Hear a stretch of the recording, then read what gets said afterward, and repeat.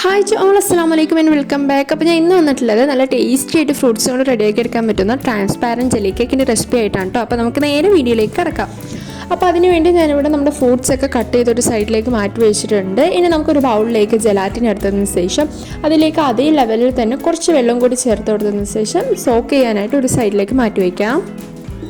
ഇനി നമ്മുടെ പാൻ അടുപ്പത്ത് വെച്ചതിന് ശേഷം അതിലേക്ക് ആവശ്യത്തിന് വെള്ളവും ആവശ്യത്തിന് പഞ്ചസാരയും കൂടി ചേർത്ത് കൊടുത്തൊന്ന് നല്ലപോലെ അങ്ങ് തിളപ്പിച്ചെടുക്കാം കേട്ടോ. അപ്പോൾ ഇതിവിടെ നല്ലപോലെ അങ്ങ് തിളച്ച് വന്നിട്ടുണ്ട്. ഇനി ഇതിലേക്ക് നമ്മൾ സോക്ക് ചെയ്യാനായി മാറ്റി വെച്ചിരിക്കുന്നത് നമ്മുടെ ജെലാറ്റിൻ്റെ മിക്സ് കൂടി ചേർത്ത് കൊടുത്തതിന് ശേഷം ഒന്ന് ഇളക്കി കൊടുത്ത് കുറച്ച് നേരം ഒന്ന് തിളപ്പിച്ചെടുക്കാം. ഞാനിവിടെ ഒരു 10 മിനിറ്റാണ് ജെലാറ്റിൻ സോക്ക് ചെയ്യാനായി വെച്ചിട്ടുള്ളത് കേട്ടോ. എന്നിട്ട് നമുക്ക് ഫ്ലെയിം ഓഫ് ചെയ്യാം.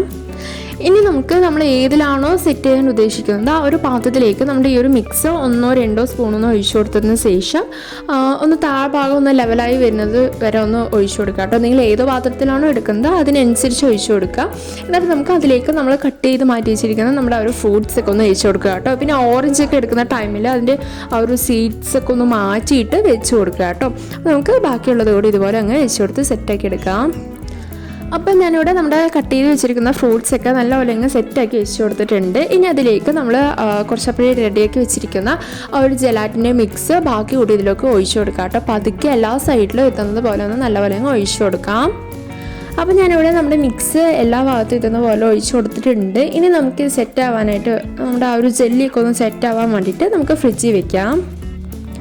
അപ്പോൾ ഇതാ ഞാനിവിടെ ഒരു 1/2 hour ഫ്രിഡ്ജിൽ വെച്ച് സെറ്റാക്കി എടുത്തിട്ടുണ്ട് കേട്ടോ. നമ്മുടെ ജെല്ലിയൊക്കെ നല്ലപോലെ തന്നെ സെറ്റായി വന്നിട്ടുണ്ട്. ഇനി നമുക്ക് നമ്മുടെ സെർവ് ചെയ്യാനുള്ള പാത്രത്തിലേക്ക് സെർവ് ചെയ്യാം.